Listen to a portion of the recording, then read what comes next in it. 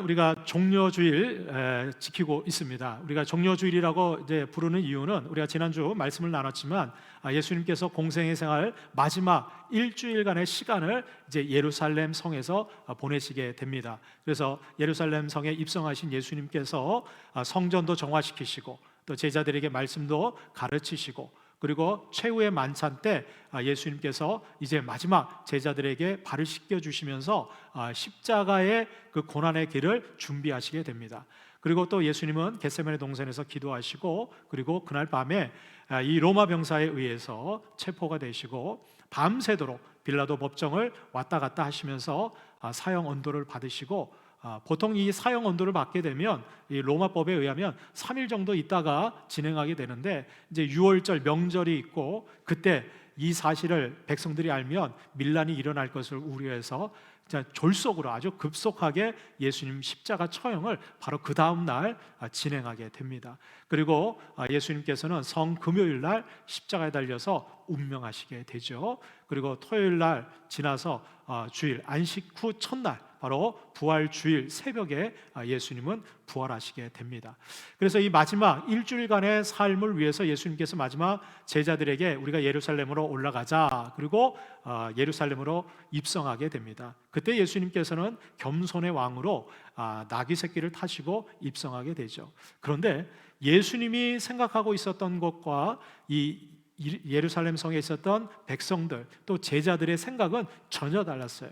왜냐하면 이 제자들과 이 예루살렘 성에 있었던 사람들은 예수님께서 이제 예루살렘 성에 입성을 하시면 이제 유대인의 왕이 되시고 그렇게 되면 이스라엘 백성들을 로마의 압제에서 해방시키시고 자신들은 자유를 누리게 될 것이고 더군다나 제자들은 그동안 우리가 예수님을 따라다녔으니까 예수님이 유대인의 왕이 되시면 그 예수님 좌우편에 우리가 서게 될 것이다. 그런 기대감. 그래서 이 종려주일 때 입성할 때 이 이스라엘 예루살렘에 있었던 백성들은 예수님을 정말 유대인의 왕으로 그래서 호산나 다윗의 자손이여 막 이러면서 예수님을 기쁨으로 맞이하게 됩니다. 그때 이 백성들이 흔들었던 나무가지가 종려나무 가지예요. 원래 이 종려나무 가지는 거룩함을 나타내는 그래서 왕이라든가 아주 위대한 장군이라든가 아니면 황제가 등극할 때 환영할 때 흔들었던 그러한 나뭇가지가 종려나무 가지죠. 그래서 이 종려나무 가지를 흔들고 자신의 겉옷을 벗어서 예수님이 입성하시는 그 바닥에 깔고 예수님이 입성하시게 됐어요. 그래서 우리가 오늘 지키는 이 주일을 종려주일이라고 이야기하죠. 그런데 어떤 의미에서 보면 저는 이 종려주일이라는 말보다는 오히려 고난주일이 더 정확한 표현이라고 생각합니다. 왜냐하면 예수님께서 예루살렘에 입성하신 것은 이 유대인의 왕이 되기 위함이 아니라 오히려 십자가의 고난의 길을 통해서 십자가에서 죽으시고 그리고 부활하셔서 이 온 백성 이스라엘 백성들뿐만 아니라 온 인류에게 구원의 길을 열어주시기 위해서 예수님께서는 고난의 길을 걸어가셨다는 거예요. 그리고 십자가에 달려 죽으셨다는 거예요.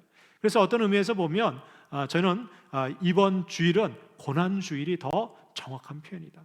왜? 주님께서는 아까 우리가 교동문에서도 나눴지만 우리의 죄를 위해서 정말 우리의 나음과 치유를 위해서 고통당하시고 고난당하시고 십자가에 달려 죽으셨다는 거예요. 그래서 우리가 이번 한 주 동안 내일부터 시작되는 우리가 고난주간에는 우리가 특별 새벽기도회를 진행을 하면서 이번에 주제를 제가 주님의 십자가 나의 십자가 이렇게 정했어요. 이 말은 주님이 2000년 전에 지고 가셨던 그 십자가가 오늘 지금 이 시대를 살아가고 있는 나의 십자가로 주어져야 된다는 거예요. 그러려면 여러분들 주님이 지셨던 이 십자가가 과연 어떤 의미가 있었을까? 왜냐하면 제자들은 예수님께서 예루살렘에 입성하셔서 이 십자가 고난의 길을 통해서 죽으신다라고 하는 이 십자가의 의미를 깨닫지 못했어요. 처음에는 이해도 못했어요. 받아들이지도 못했어요. 왜? 그들은 오히려 예수님이 그냥 유대인의 왕이 될 것을 기대하고 소망했다는 거예요. 그러니까 이 십자가를 지신다는 거 이건 제자들이 받아들일 수가 없었어요. 그 가운데 특별히 가룟 유다는 예수님께서 최후의 만찬 때 십자가에 달려 죽으실 것을 얘기하시니까 못 견디는 거예요. 자신은 정말 예수님이 유대인의 왕이 돼서 이 모든 이스라엘 백성들을 자유 해방을 시켜주실 줄 알았는데 십자가에 달려 죽으신다니까 이 십자가의 의미를 모르니까 어떻게 해요? 그 자리에서 뛰쳐나가서 예수님을 팔아넘기는 배신자가 되었다는 거예요. 그리고 그는 부활의 자리에 이르지 못합니다. 나중에 죄책감 때문에 어떻게 해요? 아겔다마라고 하는 곳에 가가지고 목매달아서 자살하고 떨어져서 창자가 튀어나와서 죽는, 그리고 영원토록 지옥불에서 고통당하는, 영원토록 예수님을 팔아넘긴 그러한 배신자로 그의 인생은 끝나버리고 말았다는 거예요. 왜 그렇습니까? 예수님이 지신 이 십자가의 의미를 그는 깨닫지 못했기 때문에. 만약 그가 이 십자가가 얼마나 위대한지, 그리고 예수님께서 이 십자가를 통해서 우리에게 주시고자 했던 것이 무엇인지 이 가룟 유다가 알았다면, 여러분들, 저는 가룟 유다가 예수님 배신하지 않았을 거라 생각해요. 아니, 끝까지 예수님 따라갔을 거예요. 그런데 놀라운 사실은 우리가 신앙생활하면서도, 오늘도 주님 앞에 예배드리면서도 이 십자가의 참 의미를 모르기 때문에 정말 진정으로 주님이 원하시는 신앙의 삶을 못 살아가는 그리스도인들이 너무 많이 있다는 거예요. 저는 오늘 이 시간에 정말 예수님께서 지셨던 이 십자가의 의미가 무엇인지 우리가 함께 말씀을 통해서 상고해 보려고 하는데요. 여러분들, 이번에 우리 교회가 새롭게 리모델링 하면서 새롭게 바뀌어진 것 중에 하나가 십자가를 제가 이번에 바꿨어요. 어떤 권사님이 이렇게 헌신하셔서 이번에 십자가를 바꿨는데, 어떤 분들은 많이 보면서 십자가가 너무 화려한 거 아니야? 또 뭐 십자가에 왜 저렇게 이렇게 알록달록하게 해놨을까? 그리고 저게 뭘 상징하는 건지 잘 모르시는 분이 있어요. 어떤 분들은 왜 십자가가 위에 안 달려 있고 밑에 이렇게 세워져 있느냐 이렇게 얘기하시는데, 여러분, 십자가는요 세워지는 겁니다. 여러분들, 예수님의 십자가는요 땅 위에 세워진 십자가예요. 이게 신학적으로 맞는 거예요. 십자가는 매달려 있는 십자가가 아니에요. 제가 이 십자가를 의미 있게 좀 설명을 좀 드려야 될 것 같다, 이런 생각이 들었어요. 왜냐하면 여러분들, 뭐 예전에 그런 시도 있잖아요. 김춘수님의 꽃이라는 시가 있잖아요, 그죠? 아무도 불러주지 않았을 때는 그냥 똑같은 잡초에 지나지 않았어요. 그런데 내가 그의 이름을 불러줄 때 그는 나에게로 와서 뭐가 됐다? 꽃이 된 거예요. 그러니까 여러분들, 우리가 의미가 있어야지만 그것이 나에게 감동이 되고 나에게 특별한 그런 존재로 여겨지는 거예요. 제가 예전에 아주 이렇게 새 집에 이렇게 입주하신 장로님 가정에 신방 가서 신방 예배를 드린 적이 있어요. 근데 이 장로님이 얼마나 잘 사시는지, 굉장히 큰 부자세요. 그래서 그 집에 가서 이렇게 신방 예배 드리는데 가구도 뭐 싹 다 바꾸시고 그냥 모든 게 다 새 거예요. 그런데 그 예배 드리는 그 방이요, 저희 집보다도 넓었어요, 방 하나가. 근데 그 방에서 예배 드리는데 유독 제 눈에 들어오는 게 하나 있었어요. 그게 뭐냐, 그 창문 밑에 무슨 이렇게 협탁 같은 데 있는데 그 옆에 아주 낡은 배낭이 하나 있는 거예요. 제가 볼 때 뭐 쓰레기 같아. 근데 전혀 그 가구 배치하고 전혀 어울리지 않은 낡은 배낭이 하나 있는 거예요. 그래서 예배 드리면서 계속 그게 신경이 쓰였어요. 그래서 이제 그 입주 신방 감사 예배 드리고 나서 제가 단도직입 물었어요. 장로님, 여기 다 좋고 다 새거 그런데 저 낡은 배낭 저거 쓰레기인데 저 갖다 버리시지 왜 저걸 저기에 뒀냐고. 그랬더니 이 장로님이요 펄쩍 뛰시는 거예요. 그런 소리 하지 말라고. 저 배낭이 어떤 배낭인지 아냐 말이죠.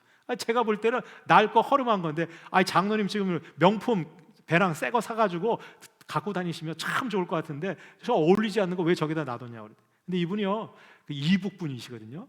함경도 분이신데, 이분이 6.25 한국전쟁 할 때 1.4후 때 내가 그때 내려오실 때 그 집에서 이제 급하게 내려오면서 거기다가 이제 그때 어릴 때죠. 거기다가 그 배낭에다가 뭐 음식하고 뭐 여러 가지를 그냥 짊어지고 내려오는 거예요. 피난길에 막 내려오는데요, 갑자기 피난길에 말이죠, 비행기가 나타나서 막 그 총을 막 쏘아대는 거예요. 근데 사람들이 혼비백산에 막 돌아가는데요, 이 장로님이 도망가다가 총을 맞았어요. 근데 총이 어디 맞았느냐, 이 총이 이 뒤에 배낭에 탁 꽂힌 거예요. 근데 그 배낭 안에 이 장로님이 갖고 내려오던 성경책이 안에 있어요. 그래서 그 성경책에 그 쌀하고 성경책에 탁 해가지고 총알이 거기 딱 박힌 거예요. 그거 아니었으면 죽었죠, 뭐 그 자리에서.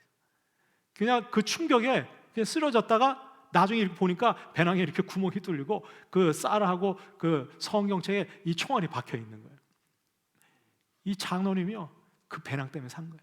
그 하나님 성경책 그 갖고 오는 것 때문에 산 거예요. 그 내려오셔가지고 자수성가하셔서 큰 부자가 되셨는데 평생 그거 버리지 못하고, 저거 내 생명보다 귀한 거고, 내가 여기까지 살아오게 된 거 저 배낭 때문에 그렇다. 그러니까 그 배낭을 안방에 제일 잘 보이는 데가 항상 놓고 말이죠, 그때 나를 지켜주시고 보호해주신 그 하나님의 은혜 잊지 않고 그렇게 살아가는 거예요.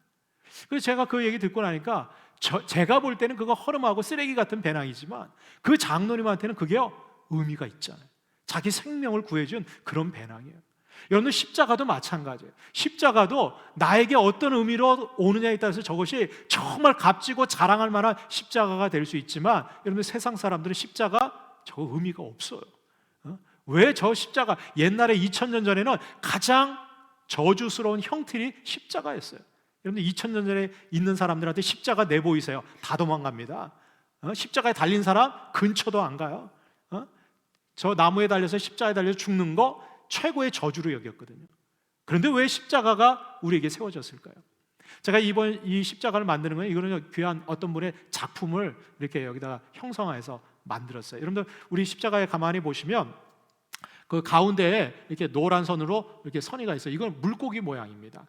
이 물고기 모양인데, 이거는 초대교회 때 여러분들 그리스도인들이 이 로마 그 군대의 핍박을 피해서 카타콤이나 이런 데서 예배 드릴 때, 여러분들 신앙생활한 그리스도인들이 붙잡히면 그들은 지금처럼 막 뭐 집회나 이런 걸 모일 수가 없었어요. 그래서 무덤 밑이나 뭐 이런 데서 숨어서 예배 드렸거든요. 근데 사람들이, 그리스도인들이 모이는 거 로마 병사들이 오면 금방 잡아가니까 이들이 암호를 썼어요. 암호를 뭘 썼느냐? 물고기 모양으로 예배 장소를 표시를 하는 거예요. 그러니까 사람들은 지나가면서, 모르는 사람은 저 물고기 모양 누가 낙서나 그림을 그려놨네, 이 정도로 생각하잖아요. 근데 그리스도인은 저걸 딱 보면서 아는 거예요. 여러분들 이 물고기라고 하는 이 단어가 헬라어로 익투스인데, 이거는 5가지 단어가 있는 머리 글자입니다. 이 익투스의 뜻은 뭐냐? 예수 그리스도 하나님의 아들 구세주라는 뜻이 있어요. 그래서 그 말을 갖다가 함축적으로 하면 물고기 익투스가 돼요. 그래서 이 익투스 물고기 그림이 있으면 누구는 알아봐요? 그리스도인들을 알아보는 거예요. 그래서 그 물고기 모양이 가리키는 곳으로 가보면 거기에 예배 장소가 있는 거예요. 거기 모여서 예배하고 또 이스라엘 그 초대교회 성도들은 흩어지는 거예요. 그래서 여러분들 이 물고기 모양을 형상으로 넣은 것은, 여러분들 이 십자가는 바로 예수 그리스도는 하나님의 아들이신 우리의 구세주가 된다라고 하는 우리의 신앙 고백이 담겨져 있는 거예요. 근데 여러분들 물고기 2마리가 있어요. 이렇게 겹쳐져 있습니다. 그러니까 2마리 겹친 것은, 여러분들 우리 복음서에 보면 예수님이 베세다 들녘에서 오병이의 기적을 일으키시죠. 그래서 5,000명이 넘는 그런 남자 장정만 5,000명이 넘는 사람들을 다 먹이시고, 그것이 풍성하게 남아서 12광주리가 남죠. 그것을 형상화해서 넣은 거예요. 물고기 2마리, 그리고 보리떡 5개. 그래서 여러분 가만히 보면 그 물고기 2마리를 중심으로 해서 5개의 원이 이렇게 커져가고 있습니다. 그것은 보리떡 5개를 형상화 시켜놨어요. 거기에다가 5가지 색깔이 들어가고 있어요. 이 5가지 색깔은 예수 그리스도의 탄생으로부터, 그리고 예수님의 공생애, 그리고 십자가의 고난, 죽으심, 부활, 그리고 승천까지 나타내는 예수님의 생애를 나타내는 색깔들이에요. 우리 강단 색깔과 함께 집어넣은 거예요. 그래서 여러분들 이 보리떡 5개가 이렇게 점점 커지도록 이렇게 원을 만들어서 해놓은 이유는, 여러분들 예수님이 태어나신 곳이 어디입니까? 바로 베들레헴이에요. 여러분, 이 베들레헴이라고 하는 이 말의 뜻은 떡집이라는 뜻이에요. 떡집. 그래서 여러분 요한복음 16장인가요? 거기 보면 예수님께서 뭐라고 말씀하셨어요? 나는 하늘로부터 내려온 생명의 떡이다 얘기하셨어요. 그러니까 오병이어 기적 이후에 사람들이요 또 예수님께 찾아왔거든요. 야, 어제 먹었던 물고기하고 떡 예수님한테 가면 먹을 수 있겠다 왔는데, 예수님이 그 다음 날은 떡을 안 주시는 거예요. 물고기도 안 주시고 이상한 말씀하시는 거예요. 나는 하늘로부터 내려온 생명의 떡이니 너희들이 나를 먹어야지 영생한다는 거예요. 여러분들, 우리의 영원한 생명의 떡이 되시는 분이 바로 예수 그리스도이신 줄 믿습니다. 여러분들, 그것을 형상화해서 상징해서 만든 것이 바로 우리 십자가예요. 그래서 제가 이 십자가, 우리 교회의 십자가를 복음 십자라고 이름을 붙였어요. 그래서 가스펠 크로스라고 해서 조금 있으면 이거 상표 등록을 할 겁니다. 이거 전 세계에서 우리 교회만 있어요. 세워놓은 거예요. 근데 여러분들 이제 이거 보면 이 의미를 아시는 분은 그냥 처음 보는 사람하고 전혀 다른 의미로 와닿을 거예요. 저는 제가 새벽 기도할 때 끝나고 이 십자가만 이렇게 불을 켜고 이렇게 묵상하는데요, 너무 좋은 거예요. 주님이 나의 생명의 떡이 되어 주시고, 초대교회 성도들이 저 십자가의 믿음을 지켜서 하나님 앞에 영광스러운 삶을 살았던 것처럼, 우리가 지금 이 어려운 시기에도 이 복음의 십자가, 예수 그리스도만 붙들고 있으면 여러분 우리의 영혼은 살아나게 될 줄을 믿습니다. 그래서 여러분들 이 십자가의 참 의미를 깨닫는 것이 여러분 우리의 신앙생활이 제대로 되는 데 있어서 너무너무 중요하다는 거예요. 자, 그렇다면 2000년 전에 주님이 지셨던 그 십자가는 과연 우리에게 어떤 의미가 있을까? 그 첫 번째는 바로 죄로 죽은 자를 살려주신 것이 바로 이 십자가라는 거예요. 여러분들, 예수 그리스도의 십자가는 죄로 인해 죽었던 저와 여러분들을 살려주신 줄로 믿습니다. 여러분, 오늘 9절 말씀해 보니까 하나님의 사랑이 우리에게 이렇게 나타난 바 되었다. 하나님의 사랑이 어떻게 나타났느냐? 하나님이 자기의 독생자를 세상에 보내신 이유가 있어요. 왜 예수님을 이 땅에 보내주셨느냐? 이 예수님이 십자가에 달려 죽으심으로 인해서 저와 여러분들을, 우리를 살리려 하심이라. 할렐루야. 분명한 사실은 우리가 예수 그리스도를 만나기 전에, 이 십자가의 참 의미를 발견하기 전에 저와 여러분은 영적으로 죽었던 자라는 사실. 아유, 목사님, 제가 언제 죽었습니까? 저는 엄마 아빠 몸에서 태어나고 지금까지 계속 살아있는데 무슨 죽어있다는 말씀입니까? 여기서 제가 얘기하는 것은 영적으로 죽었다는 거예요. 여러분들, 창세기 3장에 보면 하나님께서 에덴 동산을 창조하시고 아담과 하와를 그곳에 만드시고 어떻게 해요? 동산에 있는 모든 실과들은 마음껏 먹어라. 그러나 동산 중앙에 있는 선악과는 먹지 말아라 그래요. 왜? 선악과를 먹는 날에 너희들은 어떻게 된다? 정령 죽으리라 그랬어요. 근데 여러분들, 아담과 하와가 선악과 따먹었을 때 죽었을까요? 안 죽었을까요? 죽었어요? 안 죽었어요? 바로 죽지는 않았죠, 그죠? 그러나 그들은 죽었어요. 어떻게? 영적으로 죽은 거예요. 여러분들, 영적으로 죽었다는 것은 하나님과의 관계가 끊어진 거예요. 하나님과의 교제가 단절된 거예요. 결국 그들은 어떻게 해요? 에덴 동산에서 추방되는 거예요. 이제는 하나님하고 대화할 수도 없고 하나님 앞에 기도할 수도 없고 다 막혀버린 거예요.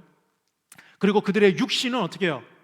비록 오래 살기는 했지만 그들의 육신은 영생하는 몸이 아니라 어떻게 해요?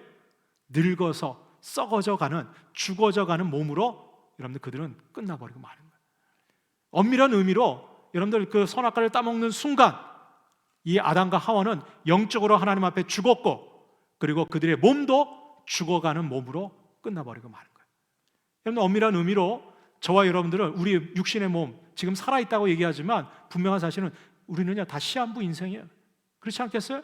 길고 짧은 거 그 차이만 있지, 다 오늘보단 내일 더 늙어갈 거고요, 내일보단 모레가 더 죽음이 가까이 올 거예요. 그리고 언제 우리가 죽음이 맞이할지 우리는 몰라요. 다 시한부 인생을 살아가고 있는 거예요. 그러니까 어떤 의미에서 보면 우리 몸은요 죽어가고 있는 거예요. 그러니까 죽음이 우리 가운데 있는 거예요. 여러분, 우리가 예수 그리스도 십자가를 만나기 전에 우리는 영적으로 다 죽어 있었어요. 그런데 바로 이 십자가의 은혜로 하나님께서 저와 여러분들, 이 십자가를 믿음으로 받아들인 자들을 다시 살려주신 줄로 믿습니다. 그래서 여러분들, 에베소에서 보면 허물과 죄로 죽었던 너희를 그리스도께서 살리셨다 그랬어요. 그리스도께서. 여러분, 우리는 영적으로 살아난 존재예요. 그래서 여기 예배 드릴 수 있는 거예요. 영적으로 살아난 사람이 아니면 예배 드릴 수 없습니다.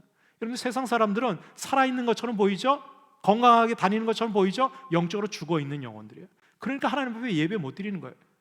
여러분, 우리가 하나님과의 관계가 회복이 됐으니까, 살아났으니까 기도할 수 있는 거예요. 하나님을 우리가 믿고 기도할 수 있는 거예요. 영적으로 죽은 사람은 기도하지 않습니다. 여러분들, 신앙생활하고 교회 다니면서도 영적으로 죽어가는 영혼은요 예배 자리에 나가지 않아요. 주일인데도 예배 시간 지키지 않는 거예요. 영적으로 죽어있는 사람은 하나님 앞에 기도하지 않습니다. 영적으로 죽어있는 사람은 그냥 죽은 대로 세상 것만 보고 살아가는 거예요. 우리가 그걸 어떻게 할 수 있어요? 골로새서 3장 1절 2절에 보면, 그러므로 너희가 그리스도와 함께 다시 살리심을 받았으면 뭘 찾으라? 위의 것을 찾으라 그랬어요. 거기는 그리스도께서 하나님 우편에 앉아 계시니라. 여러분, 하나님 우편에 예수님 앉아 계세요. 지금 부활하시고 승천하셔서. 그래서 거듭나고 다시 살아난 존재는, 그런 영혼은 어디를 바라보고 살아요? 땅만 바라보고 사는 게 아니라 위의 것, 하늘을 바라보고 하나님 계신 주님을 바라보고 살아가는 영혼이 살아있는 영혼이에요. 그런데 위의 것을 생각하고 땅의 것을 생각하지 말라 그랬어요. 거듭났음에도 불구하고 여전히 땅의 것만, 세상에서 어떻게 하면 더 출세할 수 있을까? 세상에서 어떻게 하면 더 성공할 수 있을까? 세상의 명예는 어떻게 더 얻을 수 있을까? 남들보다 재물은 어떻게 더 많이 가질 수 있을까? 세상이 썩어질 것만 바라보고 살아가는 인생은 영적으로 죽은 인생이에요. 아직 십자가의 참된 의미, 우리를 다시 살리신 주님의 십자가의 의미를 모르는 사람들이에요. 여러분들 어떻습니까? 우리는 어떨까요? 정말 하나님이 십자가에 당신의 생명의 값을 지불하고 우리를 살려주셨는데 우리는 여전히 땅만 바라보고 살아가고 있지는 않습니다. 정말 하나님의 영광을 위해서 영원한 것을 사모하고 그것 때문에 이 땅의 것을 포기할 수 있는 것, 그게 바로 살아있는 영혼들이에요. 십자가의 참 의미를 깨닫고 살아가는 사람이에요. 제가 청년 시절 때 서울에서 청년 사역할 때 그 중앙감리교회 종로에 있는 그 중앙감리교회에서 청년 연합 집회를 한번 인도한 적이 있는데, 그때 그 중앙감리교회 섬기고 있는 이을식 장로님이라고 하는 분을 제가 만나서 간증을 듣게 됐는데, 아직도 지금 뭐 수십 년이 지났는데도 잊지 않고 있어요. 이 장로님은요, 중앙감리교회가 있을 때 초창기 때부터 그 교회를 어린 소년 때 다녔어요. 그런데 이 장로님이 일제 식민 통치할 때 10대 소년이었는데 3.1운동 1919년 3월 1일 3.1운동이 일어날 때 이 장로님의 나이가 13살인가 하여튼 뭐 그 정도 10대 초반이었대요. 그때 그 3.1운동을 그 중앙감리교회 담임 목사님이었던 김창준 목사님이 이제 3.1운동 33인 중에 한 분이셨거든요. 거기에 참여하면서 이 3.1운동을 준비하는데 이 태극기 만들고 그다음에 독립선언문을 갖다 막 복사해서 준비하고, 그리고 3.1운동 바로 전날 밤에 이거를 갖다 그 탁골공원이죠, 그 종묘에 있는 그 공원에다가 이걸 다 비치를 하는데, 그걸 누구를 시켰느냐? 이 이을식 장로님을 시켰다는 거예요. 그 왜 그 어린 소년한테 이걸 시켰느냐? 이 종로경찰서 일본 순사들이요, 그때만 해도 너무나 서슬이 퍼라니까 이 어른들이 이거 갖고 가다가는 금방 검문 검색을 당하니까 이 10대 소년한테 맡긴 거예요. 이을식 장로님이 그걸 들고 담임 목사님 불러서 이거 잘 갖다 놔, 어디다 잘 숨겨놓고 내일 우리 사람들이 모여서 만세 운동을 하면 그때 나눠줘라, 이걸 얘기한 거예요. 그래서 이 이을식 장로님이 그 태극기하고 만든 거 말이죠, 그 교회에서 만든 거를 다 갖다가 숨겨놓고 그 다음 날 3.1 운동하기 위해서 그 탁골공원에 다 모였다는 거예요. 사람들이요 335 모여서 거기서 갑자기 3.1 독립만세 운동을 일으켰어요. 그 현장에 이 장로님이 같이 있었던 거예요. 근데 막 만세 운동을 하는데 이 종로경찰서에서 이 소식을 듣고 일본 순사들이요 그냥 불이 나게 들이닥친 거예요.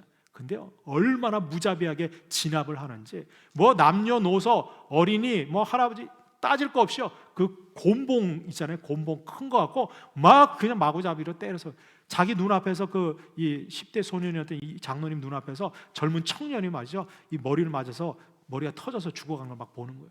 그러니까 거기가 완전 아비규환이 되는 거예요. 막 아수라장이 돼서 이 장로님도 여기 있다가 나도 죽겠다 이런 생각이 들어가서 거기서 막 흩어지고 막 도망가는데 갑자기 누군가 자기 머리 이 뒷돌목을 탁 때리더래요. 아주 그 불이 나는 것처럼 확 들었는데 정신을 잃었대요. 쓰러진 거예요. 누군가 이 순사가 곤봉으로 친 거예요. 머리를 맞고 여기 뒤를 맞고 쓰러져서 기절을 하는데, 이 일본 순사들이 얼마나 잔인한지요. 그 쓰러지는 그 10대 소년을 갖다 그냥 놔두지 않고 다리를 갖다가 세동강 나게 부러진 거예요. 얼마나 때렸는지. 그래서 자기는 죽었어. 그리고 사람들은 다 혼비백산에 다 흩어진 거예요. 그리고 그 다음날 그 지역에 있었던 일단의 사람들이 그 처참한 현장을 보고 시신이라도 좀 수습하려고 몇몇 사람들이 와가지고 말이죠, 어른들이 시신을 알아가는데 그 중에 어떤 한 중년 부인이 가만히 보니까 그 시신들 가운데 누가 신음을 하고 있는 거예요.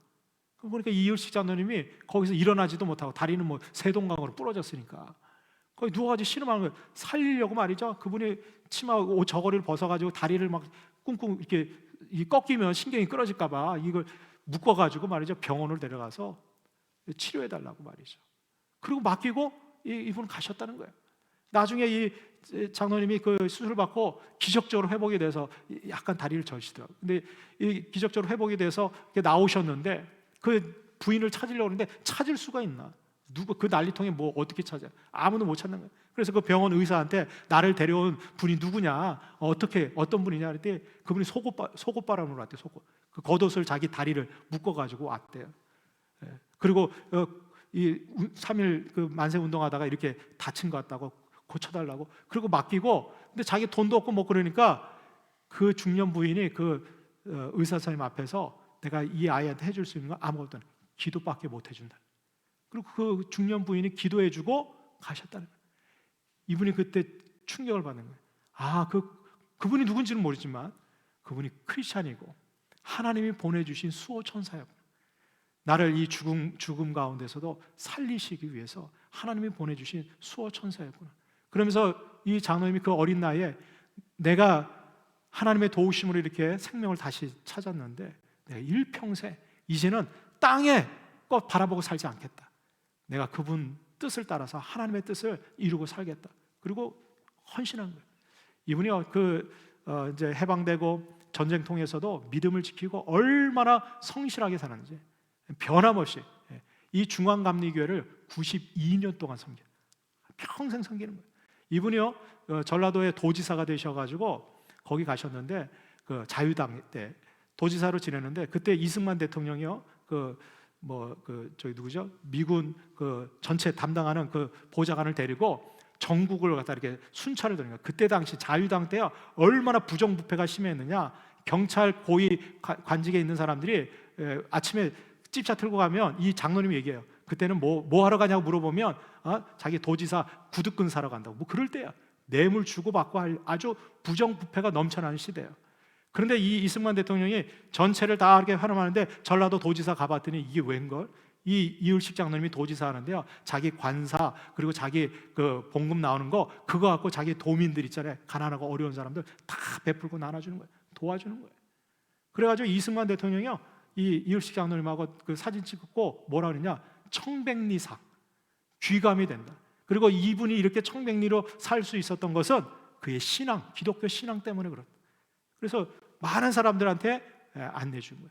이 이율식 장로님이 도지사로 지내면서 그 대학교도 만들고 고아원도 만들고 가난하고 어려운 사람들을 위해서 다 베풀고 나눠주는 사람이 살았어요. 도지사로 지내면서도요, 매 주일만 되면 그 중앙감리교회까지 매 오는 거예요. 신앙을 지키는 거예요. 저는 이 장로님의 이 간증을 들으면서 그런 생각이 들었어요. 야, 우리가 죄로 죽었던 몸이 다시 살아났으면 이렇게 살아야 되지 않을까? 여러분, 우리가 언제까지 우리를 예수 그리스도의 생명의 값을 지불하고 우리를 살려주셨는데 땅의 것만 여전히 바라보고 이것 조금 없어지면 말이죠, 이것 때문에 노심초사하고. 아니에요. 여러분들, 이제는 하늘의 상급을 바라보고 살아가야 될 줄을 믿습니다. 이것이 십자가의 참 의미를 깨달은 자의 삶이라는 거예요. 두 번째로 예수님께서 지신 십자가의 참 의미는 뭐냐? 우리의 모든 죄를 대속하셔서 화목하게 하셨다는 거예요. 할렐루야. 하나님하고도 화목하게 하시고 세상과도 화목하게 만드셨다는 거예요. 그래서 십자가는요, 화목의 증표예요. 그래서 십자가가 두 개의 막대기잖아요. 원래 십자가는 나무 막대기라는 뜻이에요. 십자가는 하나님과 나와 세로 막대기가 화목하게 된 것이고, 이 가로 막대기는 세상과 화목하게 하신 거예요.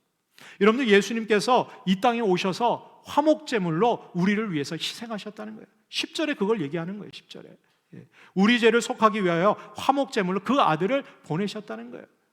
여러분들, 예수님이 이 땅에 오셔서 화목제물이 되신 이유가 있어요. 그것은 너희들이 나와 화목하게 되었으면 세상에 나가서 이 세상, 갈등과 분열이 있는 이 세상과 화목하게 하라는 거예요. 여러분, 예수님은 십자가에 달려 돌아가실 때 그 십자가상에서 7가지의 말씀을 하세요. 우리가 흔히 말하는 가상 7언을 얘기하시죠. 그 가운데서 예수님이 얘기하신 말씀이 뭐예요? 예수님을 십자가에 못 박는 그 로마 병사들을 향해서, 이스라엘 백성들을 향해서 뭐라고 그래요? 하나님, 저들의 죄를 용서하여 주옵소서. 저들이 지금 무슨 짓을 하고 있는지 저들은 알지 못한다는 거예요. 오히려 예수님을 고난당하게 하고 예수님을 십자가에 달려 죽게 하는, 어떻게 보면 원수잖아요, 대적이잖아요. 근데 대적들을 위해서 중보하시고 용서의 기도를 하고 계세요. 왜? 예수님은 화목제물이시기 때문에 그렇다. 그렇다면 하나님께서 이 십자가의 은혜로 우리의 모든 죄를 용서해 주시고 하나님하고 화목하게 하셨다면 우리도 여러분들 세상하고 화목하게 하는 삶을 살아가야 될 줄로 믿습니다. 요즘 세상이 교회를 향해서, 믿는 성도들을 향해서 마치 교회가 무슨 코로나19 바이러스의 온상처럼 얘기하는데, 이렇게 호도하고 오해하고 말도 안 되는 것 같고 핍박 아닌 핍박을 주고 있을 이때 우리는 어떻게 해야 될까요? 우리도 똑같이 거기 싸우고 거기에 대적하고 반항하고 방역수칙 다 어기고 이렇게 해야 될까요? 아니요. 그렇게 하는 것이 십자가의 의미가 아니에요. 십자가의 의미는 뭡니까? 그럼에도 불구하고 우리는 어떻게 해요? 그리스도의 사랑으로 화목하게 하는 거예요.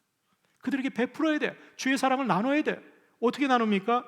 제가 이번에 보니까 여러분들 그 성남에 있는 13개의 아주 큰 대형교회 그 목회자들과 그 교인들이 함께 모여서 성남시장님을 초대했어요.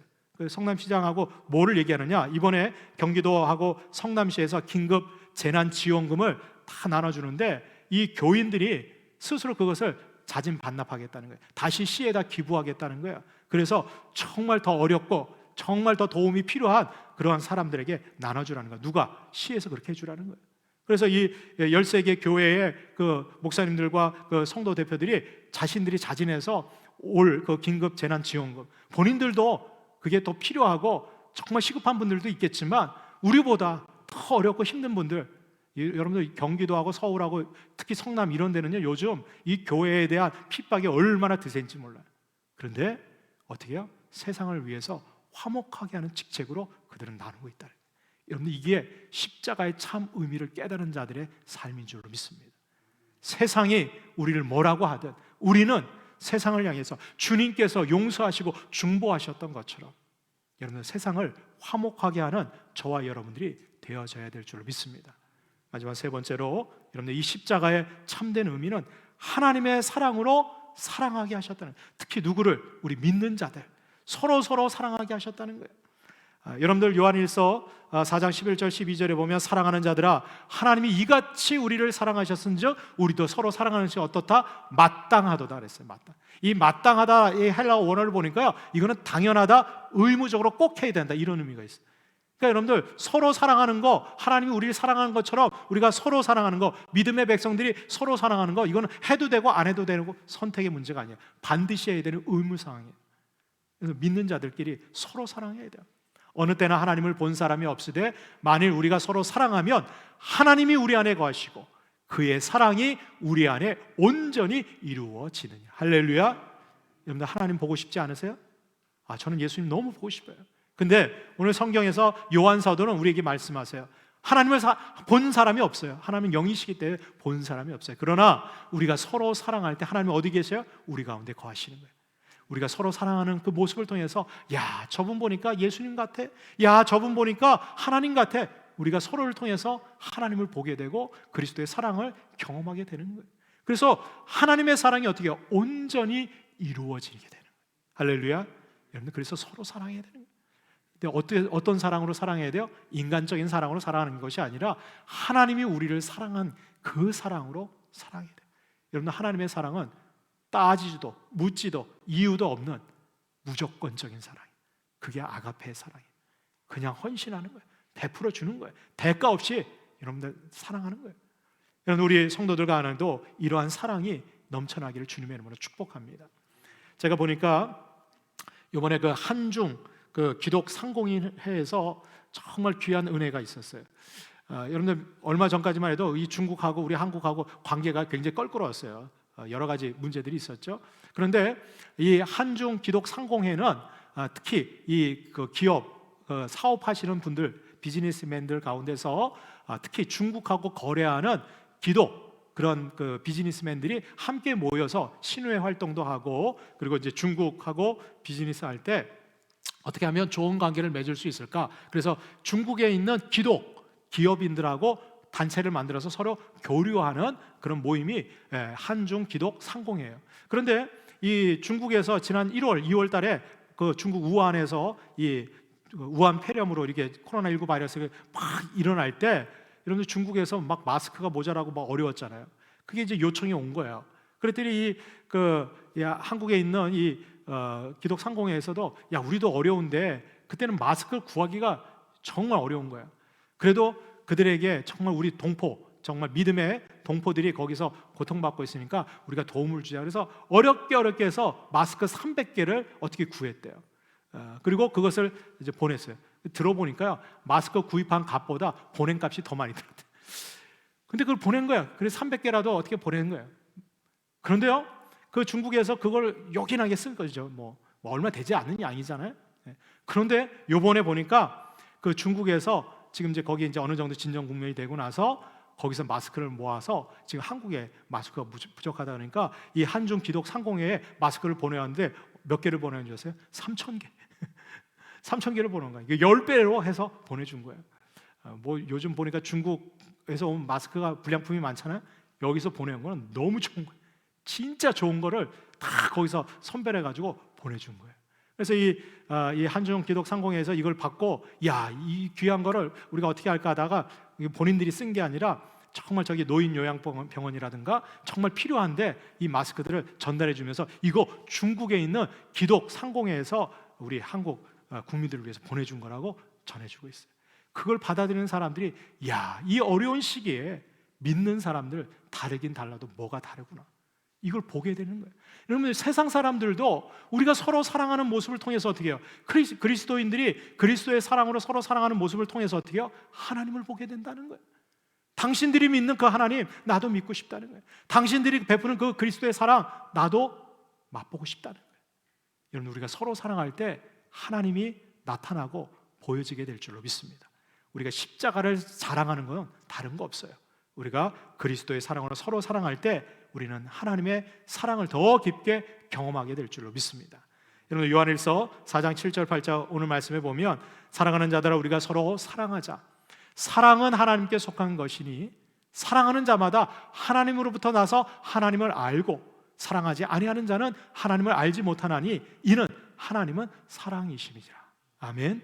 여러분들, 하나님을 우리가 어떻게 더 깊이 알아가요? 우리가 서로 사랑할 때. 여러분들, 하나님 모르는 사람은 사랑하지 않아.